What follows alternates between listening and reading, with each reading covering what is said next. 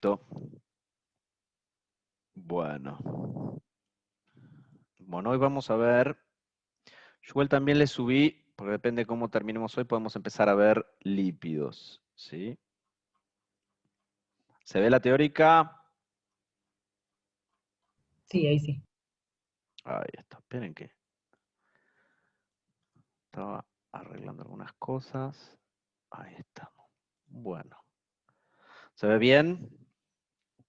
Bueno, trate de ser un Sí. poquitito más. Bueno, hoy vamos a ver la tercera parte. Vieron que lo vimos de forma bastante secuencial. Vimos las unidades más pequeñas, que son los aminoácidos. Luego vimos los péptidos. Y hoy vamos a ver la parte estructural, lo más básico, ¿sí?, de las proteínas. Proteínas lo van a ver en profundidad en química biológica. Nosotros solamente en esta materia vemos lo estructural. Entonces, como veníamos viendo, las subunidades más pequeñas de las proteínas y los ladrillos de construcción de las proteínas son los aminoácidos. ¿Y qué características tenían los aminoácidos? Ahora me tienen que ir ayudando porque soy una persona mayor.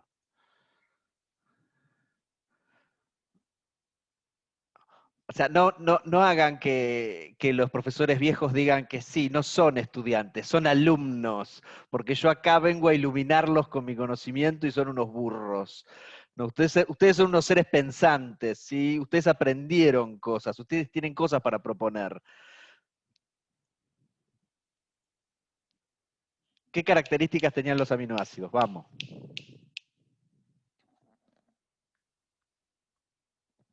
Estudiantes.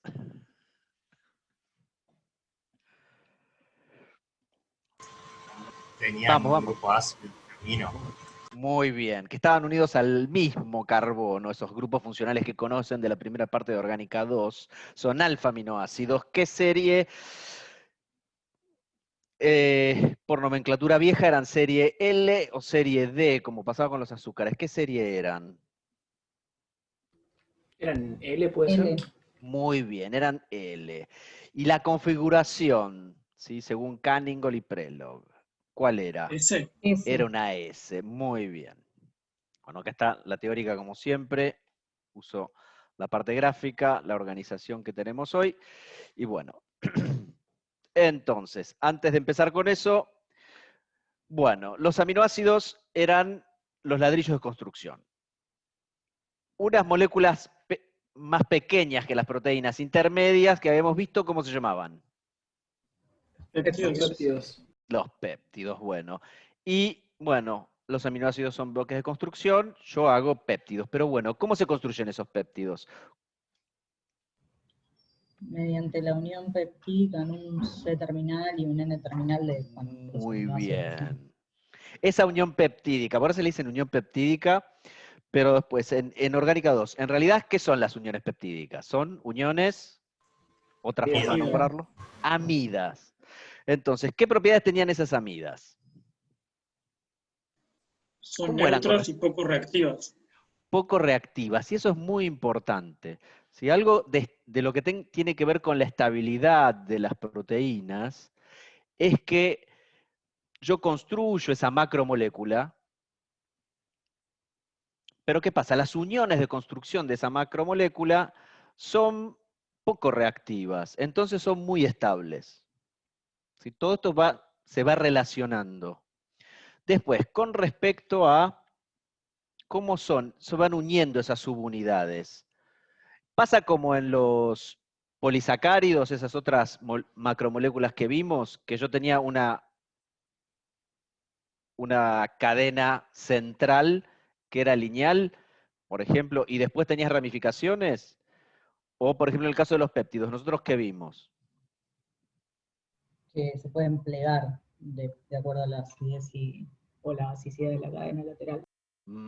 Se podían plegar, pero generalmente lo que nosotros vemos es que están construidas de forma lineal. Yo tengo un solo centro de unión. En el caso de los azúcares, yo tenía varios hidroxilos, más allá de la configuración de esos hidroxilos en los carbonos, pero tenía varios sitios de unión. Entonces, podía formar cadenas lineales, pero al tener tantos centros de unión, me daba la posibilidad de tener ramificaciones, que era lo que pasaba con el almidón, ¿sí? Con la amilasa y la amilopectina, y el glucógeno, ¿sí? ¿Se acuerdan de eso? La amilopectina y Sí. el glucógeno eran polisacáridos de almacenamiento que eran ramificados. Bueno, lo que ocurre es que los aminoácidos, salvo severas excepciones, en los que puede haber algún tipo de unión covalente entre cadenas, la construcción de la macromolécula es lineal, desde un carboxilo de un aminoácido al grupo amino del otro. Entonces es una cadena que después, dependiendo de la naturaleza de cada uno de esos aminoácidos, cuáles sean esos aminoácidos, van a tener distintos tipos de funciones. Y ahora engancho con la transparencia que le estoy dando. Entonces, en función de la calidad y la cantidad de tipo de aminoácidos que tengan, van a tener determinada función. Entonces, ¿alguna pista de lo que ya vimos antes? Generalmente en biología hay estructural y fisiológico. ¿Qué características tenían los polisacáridos o los oligosacáridos cuando uno decía que tenía una función más fisiológica o más estructural? Los estructurales suelen ser lineales. Sí, podían ser. Eran lineales, pero también, además de eso, hay otra característica más. Con respecto a la calidad o la naturaleza de las subunidades. ¿Cómo eran esas subunidades? Entre sí, por ejemplo. En el caso de Repetitivas. repetitivas. Entonces, generalmente, cuando algo es estructural, uno encuentra muchas subunidades repetitivas. Eso lo van a encontrar siempre en la naturaleza. Cuando algo tiende a ser estructural, tiene muchas unidades repetitivas. En el caso de los polisacáridos serán 1 o 2, en el caso de los aminoácidos pueden ser 1 o 2 o 3, pero también les va a pasar. Entonces, cuando es algo así de tipo estructural, que necesita una repetición, es como una pared de ladrillos, necesito una construcción así bien a lo bestia, yo necesito subunidades repetitivas, algo estructural. Si piensen si quieren algo estructural, un ladrillo, entonces todos los ladrillitos tienen que ser iguales. Perdón que se me ocurren decir estas cosas, pero si gráficamente los ayuda a entender, me parece perfecto. Después, cuando yo necesito un ajuste fino, que tiene que ver más con lo fisiológico, ahí yo voy a necesitar generar algún tipo de selectividad. Y la forma de generar un tipo de selectividad es generar un montón de variables. Ustedes todavía no lo vieron, quizás los que vienen de la parte de biología sí, pero bueno, siempre cuando se habla de acción de las enzimas y cómo funcionan o no, siempre se habla de cerradura y llave, que tienen que coincidir, la combinación de una con otra tiene que coincidir. Bueno, ese ajuste fino, en el caso de los azúcares, era variando, haciendo la variabilidad de azúcares para crear una combinación. En el caso de los aminoácidos, que hay una mayor cantidad, va a pasar exactamente lo mismo. Entonces, las funciones que podemos tener, bueno, es catálisis enzimática, ¿sí? O sea, aumentan la velocidad de distintos tipos de reacciones, transporte y almacenamiento, movimiento coordinado, soporte mecánico, sobre todo bueno, los de movimiento coordinado y soporte mecánico son más repetitivas, protección inmune, generación y transmisión de impulsos nerviosos y control del crecimiento y la diferenciación. Entonces, todas las que tengan que ver con funciones más de tipo fisiológico van a ser estructuras más complejas, van a estar constituidas por una mayor cantidad de aminoácidos. En cambio, las que tengan que ver más con lo estructural, con transporte, van a ser más bien proteínas construidas con pocas subunidades. Bueno, con respecto al análisis estructural de las proteínas, nosotros podemos ver 4 categorías. ¿Sí?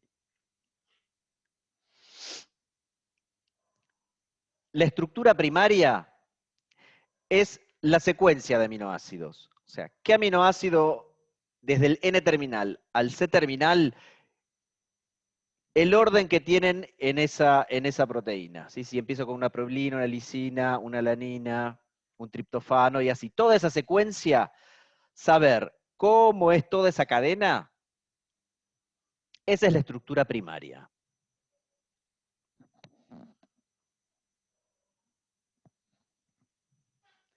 La estructura secundaria tiene que ver más con la disposición espacial. ¿Sí? ¿Qué pasa con la disposición regular de la cadena con los aminoácidos cercanos? Entonces, ¿cómo se arregla esa cadena en el espacio?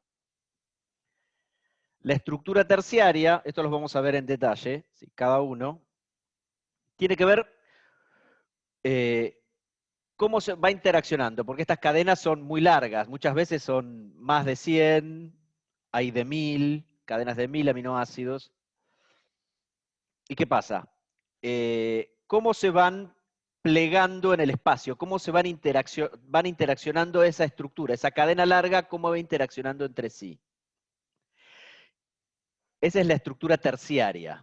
O sea, la estructura secundaria es con los aminoácidos que yo tengo cerca, cómo interactúan entre sí y me van formando, vamos a ver, hélices alfa o láminas beta, ¿sí? Pero eso es muy, muy sectorizado.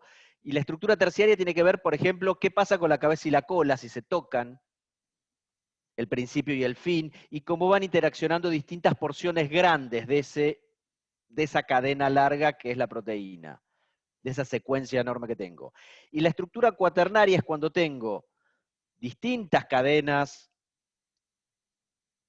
de aminoácidos que son proteínas y cómo se van interaccionando entre sí para asociarse. O sea, van a ser distintas cadenas que van a tener una estructura terciaria determinada y secundaria determinada, y además tienen su secuencia especial, y cómo van a interaccionar entre esas grandes macromoléculas para hacer una asociación más grande. Esa es la estructura cuaternaria. ¿Se entendió hasta ahora? No termino de entender muy bien la diferencia entre la estructura secundaria y la terciaria. La estructura secundaria es siempre entre los aminoácidos cercanos. ¿Sí? De a 1 a 4 aminoácidos, o, por ejemplo, bueno, hay una vuelta y, bueno, a 10 aminoácidos se vuelve a tocar. En cambio, la estructura terciaria es el análisis general de toda la molécula y puede estar tocándose, por ejemplo, un sector del principio de la cadena con otro sector del final de la cadena, ¿sí? Y cómo va a ser esa estructura 3D, y bueno, por ejemplo, vas a tener puentes disulfuro, que van a ser uniones covalentes también. ¿Y qué más? Y que te dan una estructura especial. En cambio, los arreglos de la estructura secundaria siempre son entre los aminoácidos cercanos, que esos te van a dar como rulos, como tirabuzones, o te van a dar láminas. Ese tipo de estructura. La estructura terciaria es más importante en la de fisiología, porque son para proteínas más, las que se llaman globulares, que después vamos a ver, y la cuaternaria también. La terciaria y la cuaternaria están más asociadas a la parte fisiológica.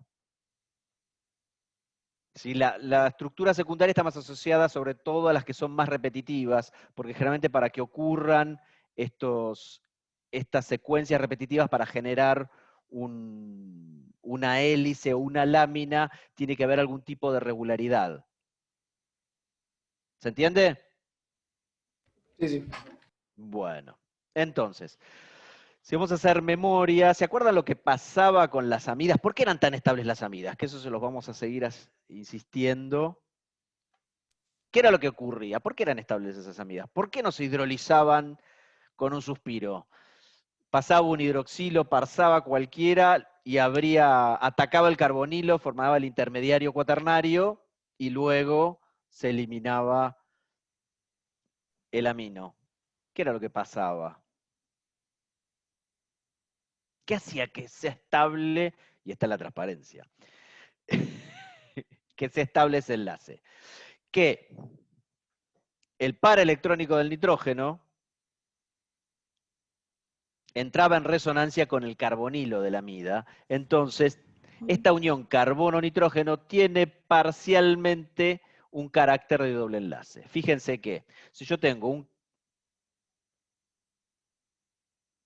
vamos a cambiar el puntero, si yo tengo un enlace simple carbono-nitrógeno, la distancia en Armstrong es de 1,49. Si yo tengo un doble enlace carbono-nitrógeno, es 1,27. En el caso de una unión peptídica, fíjense que es 1,32. Entonces es un híbrido más cercano a un doble enlace. Entonces lo que ocurre es que tiene un carácter importante de doble enlace. Entonces lo podemos ver como si toda esa unión del carbonilo con el nitrógeno, ¿sí?, como si fuera una unión que estuviera en un plano. Y eso es lo que ocurre en la práctica. También, algo que a veces uno no se da cuenta o no lo ve, lo que puede pasar con los enlaces peptídicos es que pueden ser cis o trans con respecto a las cadenas carbonadas. Fíjense que este es el carbono alfa, ¿sí?, de uno de los alfa aminoácidos, el carbonilo de ese aminoácido, el nitrógeno del otro, y su carbono alfa, y después viene el otro carboxilo. Fíjense que pueden tener una distribución trans o pueden ser cis también. En la naturaleza, y por estabilidad, predomina la disposición o la configuración trans.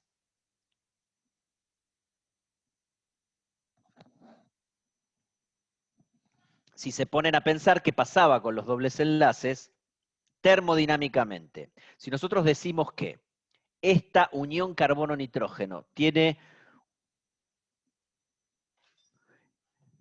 un carácter importante de doble unión, yo puedo ver como que esta unión carbono-nitrógeno es un doble enlace.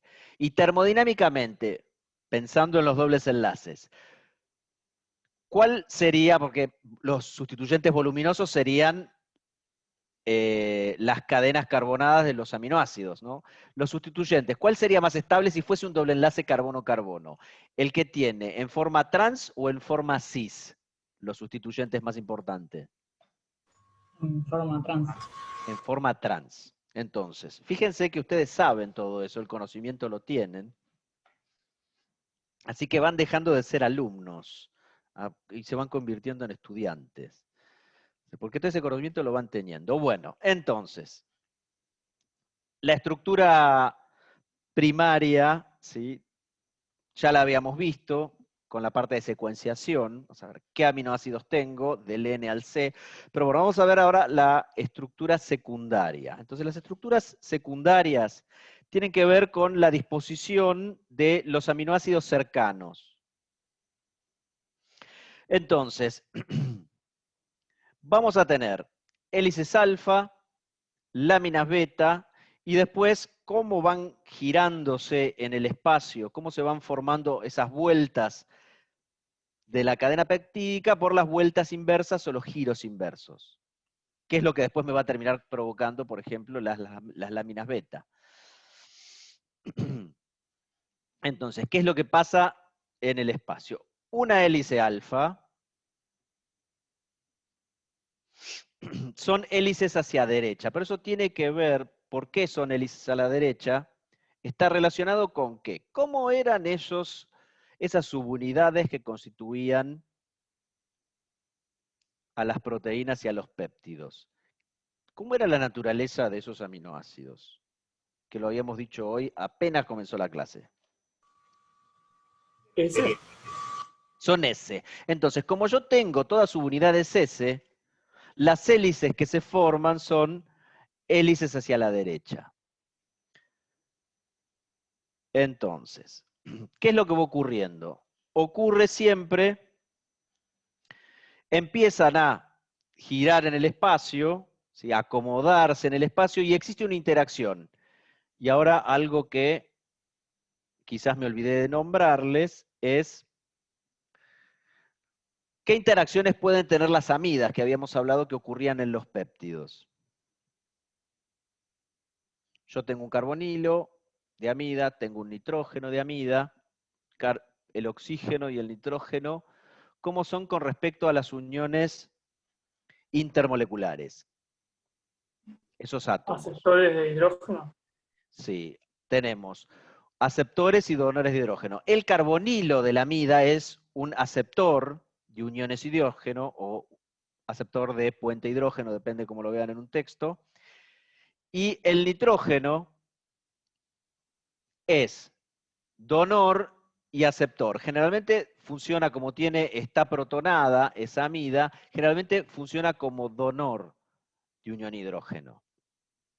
Entonces, ¿qué pasa? En las hélices alfa, cada 4 subunidades, si nosotros vemos acá, este es el aminoácido 1, el aminoácido 2, el aminoácido 3 y el aminoácido 4, cada 4 subunidades se forma una unión hidrógeno, ¿sí? Entre el carbonilo y el hidrógeno de una amida, y eso va generando que se vaya formando la hélice. Cada 4 subunidades se va formando. Esto ocurre generalmente cuando tengo determinados aminoácidos que me lo permiten.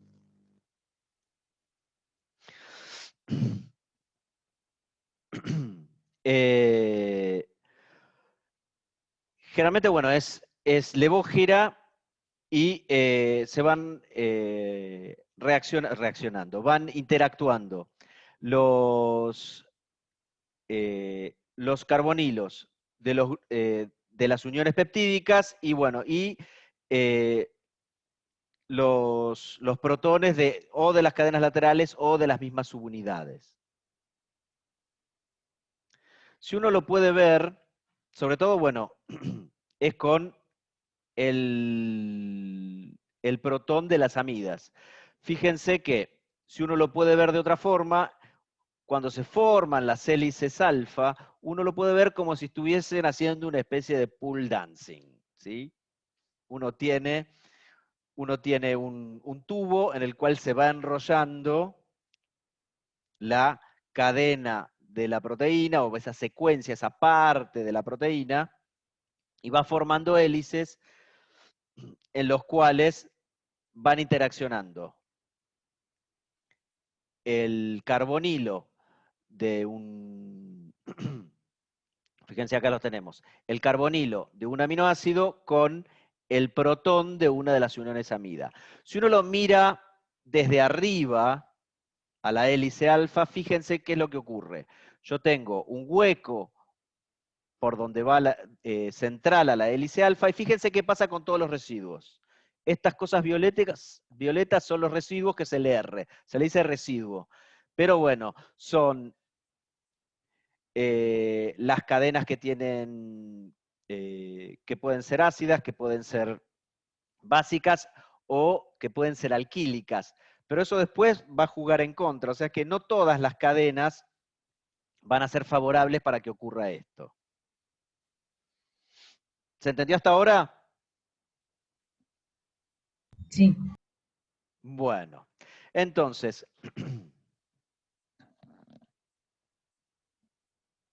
para las hélices alfa hay aminoácidos que son incompatibles. Entonces tenemos las excepciones. ¿Sí? El aspártico, bueno, tiene una cadena lateral que generalmente está cargada y hace que por electrostática y por tamaño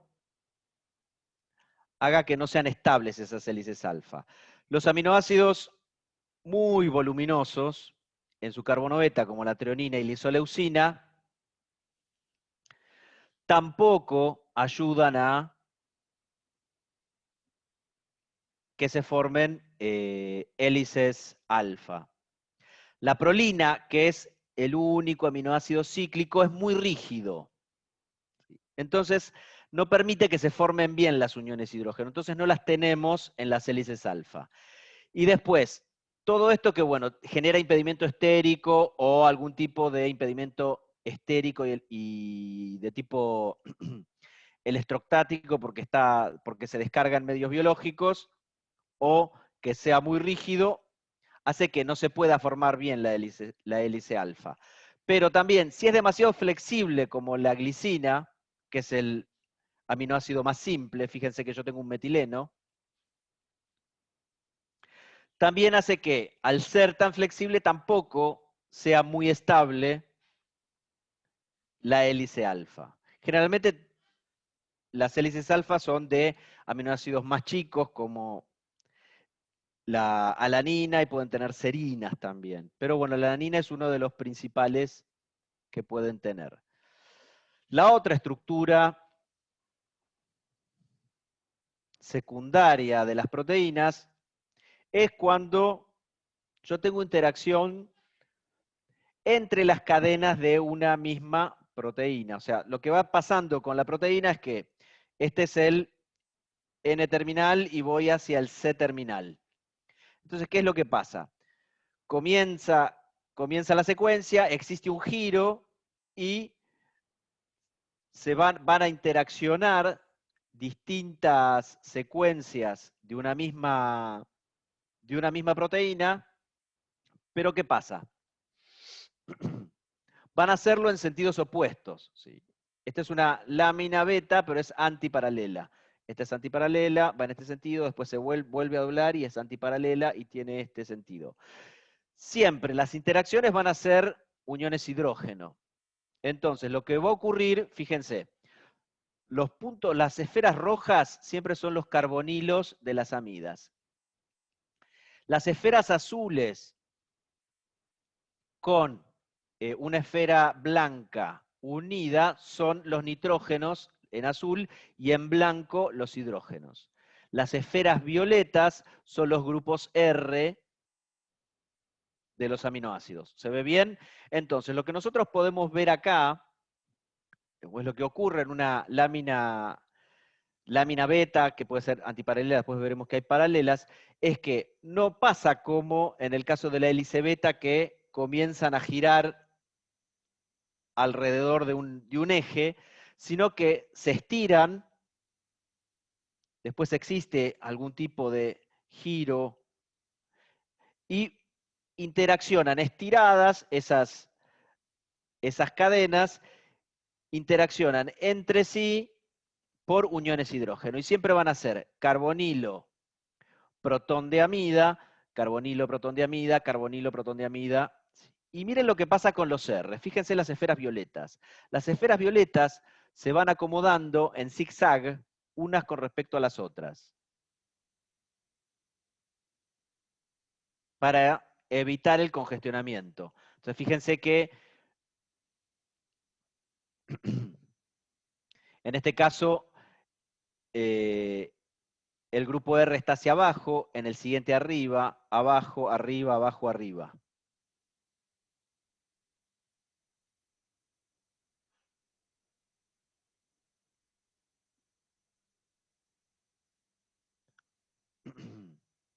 Fíjense que, bueno, yo tengo un N terminal y C terminal. Cuando son así, generan una interacción entre cadenas que van en sentido contrario, la interacción es mucho más fuerte. Cuando es antiparalela, porque se pueden acomodar mejor los aminoácidos. Las distancias entre cada uno de los aminoácidos son más largas, como les dije, están extendidos. En cambio, cuando están en una hélice alfa, las distancias entre los aminoácidos son un poco más cortas, porque van girando en el espacio.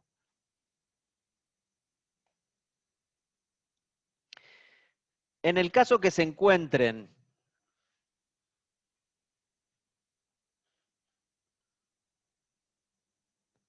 porque puede ocurrir también, que se encuentren cadenas, pero estén en el mismo sentido,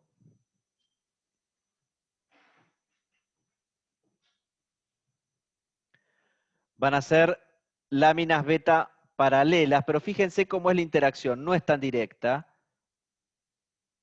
Se van acomodando de otra forma, igual siguen teniendo zigzag entre una cadena y otra. Fíjense que el carbonilo no están tan enfrentadas, sino que se acomodan de otra forma. La interacción es distinta.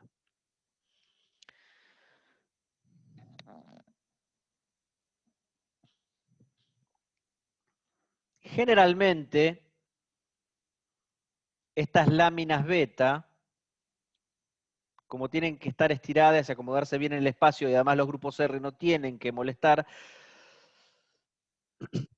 están compuestas por, sobre todo, aminoácidos pequeños, como la glicina, la alanina y la serina. Yo no le puse la configuración, lo saqué del ChemDraw, pero bueno, son todos los S, sí. Fíjense que en este caso, en la glicina, el R es hidrógeno, en este es metilo y en este es metilalcohol, en el caso de la serina. Son aminoácidos chiquitos, pequeños. Entonces, en la estructura secundaria está sobre todo cimentada en las uniones hidrógeno entre distintas subunidades de mi proteína, sobre todo cercanas.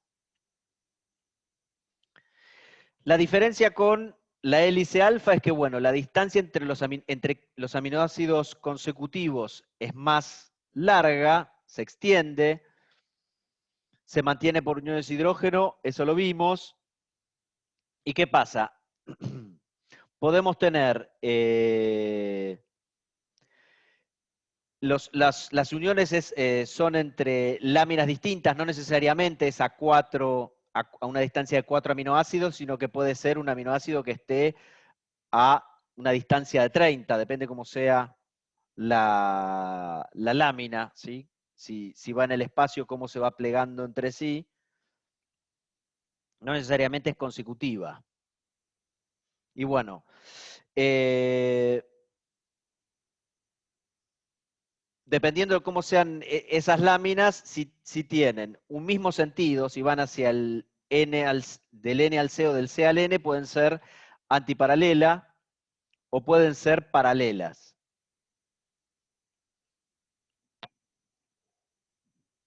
Y bueno, ¿qué otra cosa más? Bueno, no, están compuestos por glicina, alanina y serina, que eso ya se los expliqué. Bueno, un ejemplo, ¿sí?, de láminas beta clásico es la seda, la fibroína de la seda, que es, bueno, es una lámina plegada y en el 80% de su estructura, fíjense que repite el motivo glicina serina, glicina alanina, glicina alanina. Este motivo se repite, como les había comentado, en la secuencia. Entonces termina provocando que, al ser repetitiva, esa secuencia repetitiva, uno va encontrando que las cadenas se pueden ir plegando y formar interacción para formar una macromolécula estable.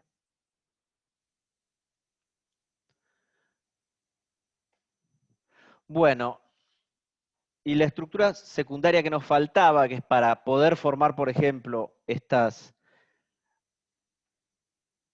láminas beta, yo voy a necesitar en algún momento que esta cadena pueda doblar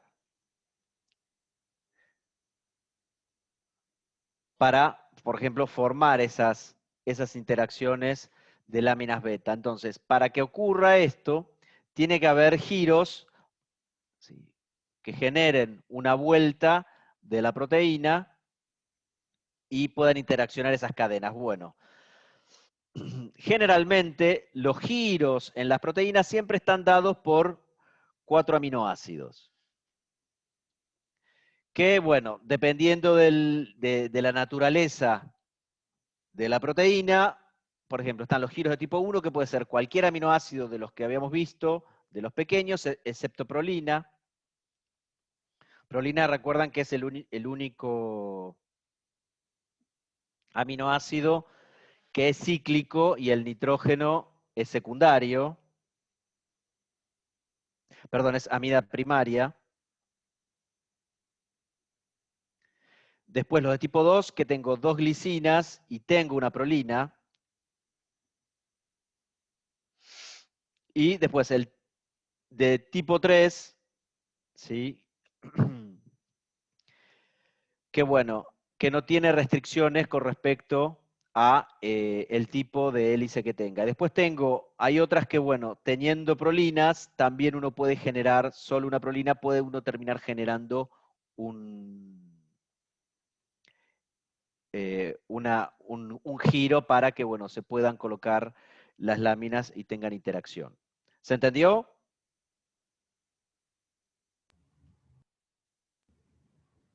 Yo me perdí un poquito. Bueno, generalmente las clásicas, las que uno más encuentra, son la 1, 2 y 3, que son, siempre el giro ocurre con 4 aminoácidos. La vuelta, el rulo, el giro, vuelta beta, yo lo voy a lograr con 4 aminoácidos. Esos aminoácidos van a interaccionar entre sí y generar el giro. Van a tener una unión hidrógeno entre el primero y el cuarto.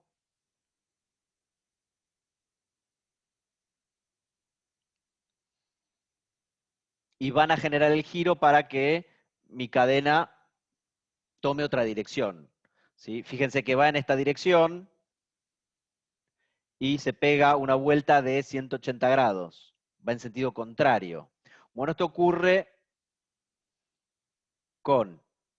son siempre 4 aminoácidos y se clasifican, ¿sí? Tipo 1, 2 o 3. O un caso especial es cuando solo tiene uno una prolina, que a veces ocurre un giro, pero es 1, 2 o 3, son 4 aminoácidos. En el primero es cualquiera, excepto prolina. En el tipo 2 es,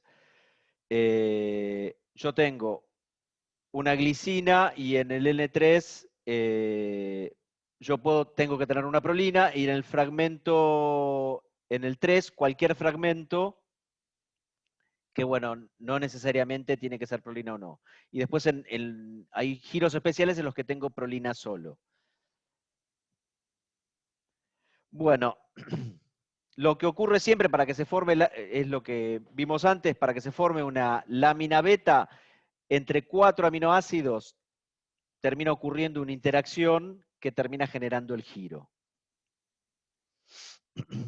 Que bueno, eso se ve en cada tipo de proteína, ¿no? Se tiene que estudiar en cada caso. Pero generalmente hay secuencias repetitivas.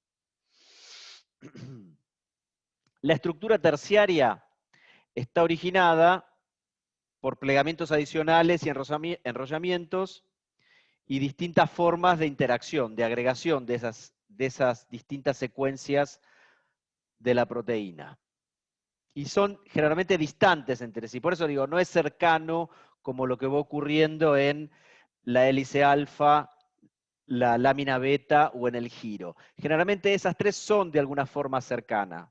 Mismo en las láminas ocurre porque, bueno, existe un giro y se forma una interacción para formar una lámina, pero la estructura terciaria es entre porciones mucho más alejadas y que no va a tener una relación necesariamente de muchas uniones hidrógeno para que me formen una lámina. Generalmente, bueno, pueden ser como uniones importantes, ya una unión de tipo covalente, como un puente disulfuro. ¿Se acuerdan que habíamos visto los puentes disulfuro? ¿Qué era lo que provocaban los puentes disulfuro en algo cotidiano? Lo del pelo, si es lacio, Sí, si es el pelo enrolado. lacio o el pelo enrulado. El pelo enrulado generalmente son las proteínas del pelo que tienen puentes disulfuro entre la misma cadena, que hacen que se contraiga esa cadena proteica y, bueno, forme los rulos. Esto ocurre, bueno, entre cisteínas distantes. Pero también, además de los puentes disulfuro, que son uniones covalentes, podemos tener otro tipo de interacciones moleculares. Entonces, podemos tener, dependiendo del pH y qué va a pasar con esas cadenas laterales de los aminoácidos, vamos a tener interacciones de tipo electrostático, con los residuos cargados de los aminoácidos. Por ejemplo, bueno, carga dipolo, una sección polarizable con una carga. Por ejemplo, el agua con el amino protonado de un residuo de aminoácido, dipolo-dipolo, dipolo carga inducida. ¿Sí? O sea, yo tengo una sección cargada y después yo tengo, por ejemplo, un anillo aromático que se puede polarizar con el residuo de amino de otro. Después dos dipolos inducidos, fuerzas de dispersión, repulsión de Van der Waals, y bueno, las más importantes siempre son uniones hidrógeno. Pero tenemos distintos tipos de interacciones que pueden ayudar a esa estructura terciaria.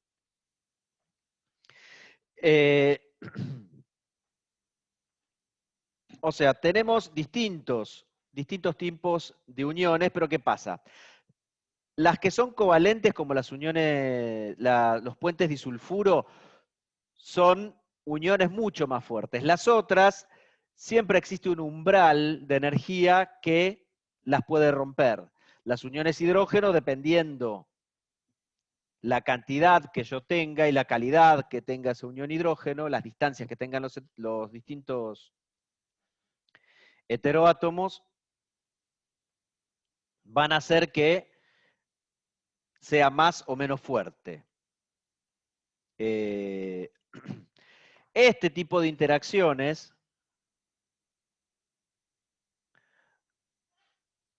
sobre todo, bueno, que son las no covalentes, van a ser importantes sobre todo en la estructura cuaternaria.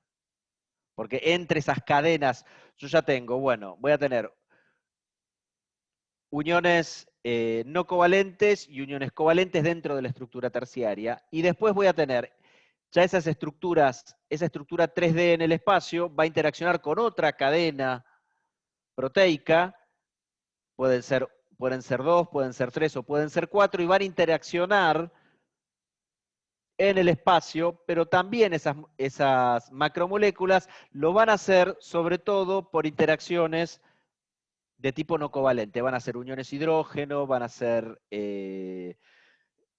dipolos inducidos, van a ser p-stacking, van a interaccionar las regiones de tipo lipofílica, de tipo Van der Waals en ese caso. O sea, son interacciones que, bueno, van a hacer que la cosa sea de tipo complejo. Los hace maravilloso y a veces parecerá bastante poco entendible, ¿no? Es todo evolución. Bueno, entonces, fíjense en la estructura terciaria, ¿qué es lo que ocurre? Yo acá tengo alfa hélices distintas, pero fíjense en la estructura, tengo una estructura beta plegada, tengo el rulo y interaccionando, fíjense las alfa hélices, y fíjense, las interacciones grandes a gran distancia pueden ser unión disulfuro, una unión de tipo electrostático, una interacción de tipo hidrofóbico, y puede ser una unión hidrógeno. Estos son ejemplos de las distintas uniones que puedo tener. Pero fíjense en la estructura terciaria, la distancia. Son como interacciones entre, por ejemplo, una hélice alfa y tiene esta interacción hidrofóbica y puede también tener esta interacción de unión hidrógeno, puente hidrógeno. ¿Se entendió? Sí. Fíjense además que lo que ocurre con la estructura terciaria es que no necesariamente son uniones repetitivas, son varias uniones,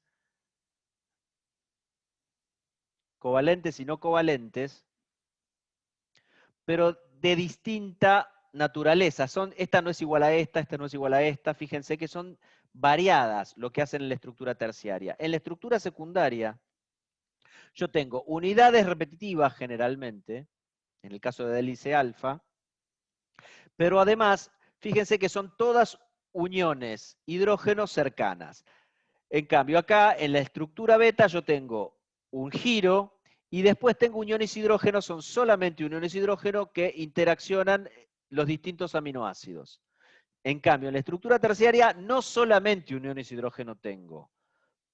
Tengo hidrofóbicas, tengo uniones covalentes y tengo uniones de tipo electrostático.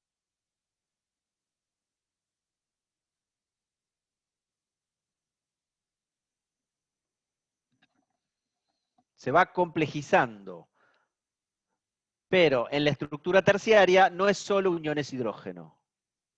Y no son de subunidades que están cercanas, unas cercanas a otras. Que eso sí ocurre en la estructura secundaria. ¿Se entendió hasta ahora? Sí. Bueno. Entonces, podemos tener, dependiendo la clasificación de su estructura terciaria, podemos tener proteínas que puedan ser fibrosas o puedan ser globulares. Generalmente las fibrosas, cuando uno dice fibra o algo fibroso, ¿en qué piensan? En hebras. En hebras, piensa en la lana, en una fibra o algo por el estilo. Bueno, eso es, por eso tienen ese nombre. Generalmente, bueno, tienen una conformación lineal que tienen entre sí muchos puntos de interacción entre las distintas cadenas, interactúan poco con los solventes, son insolubles en agua. Están vinculadas a funciones estructurales. Por ejemplo, cuando se habla de fibra muscular, ya se pueden imaginar que los músculos tienen las proteínas que forman los músculos, tienen estructuras repetitivas. Bueno, porque es una proteína de tipo estructural.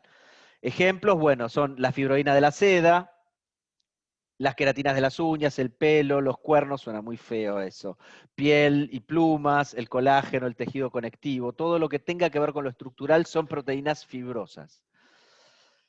Las proteínas globulares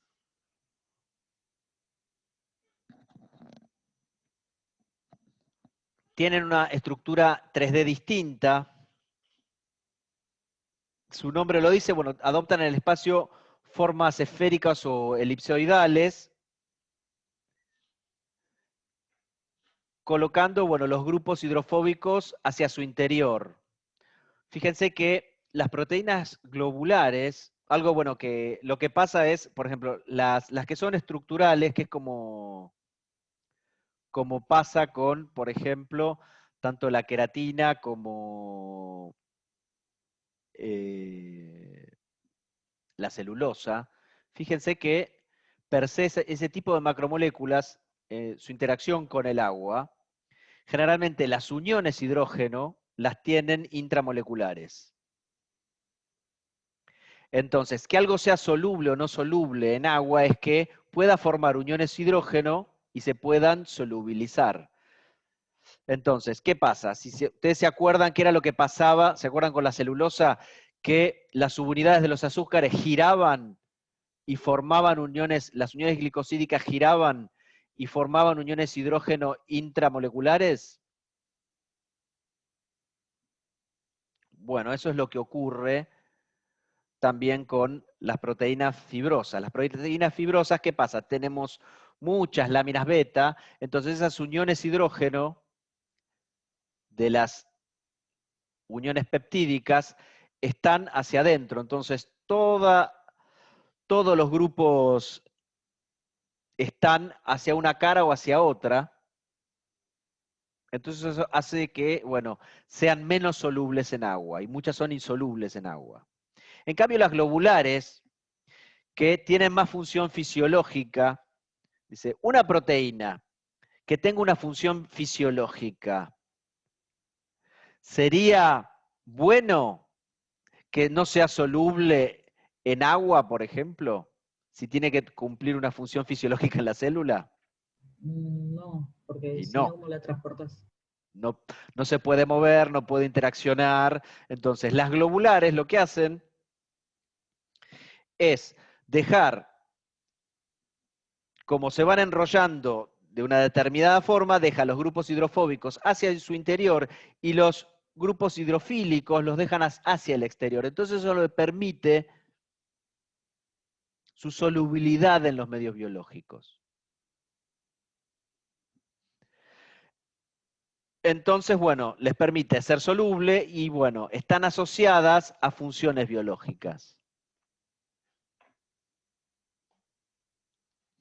Bueno, ahora voy a hacer un impasse de 5 minutos y volvemos. Dale, dale. Ok.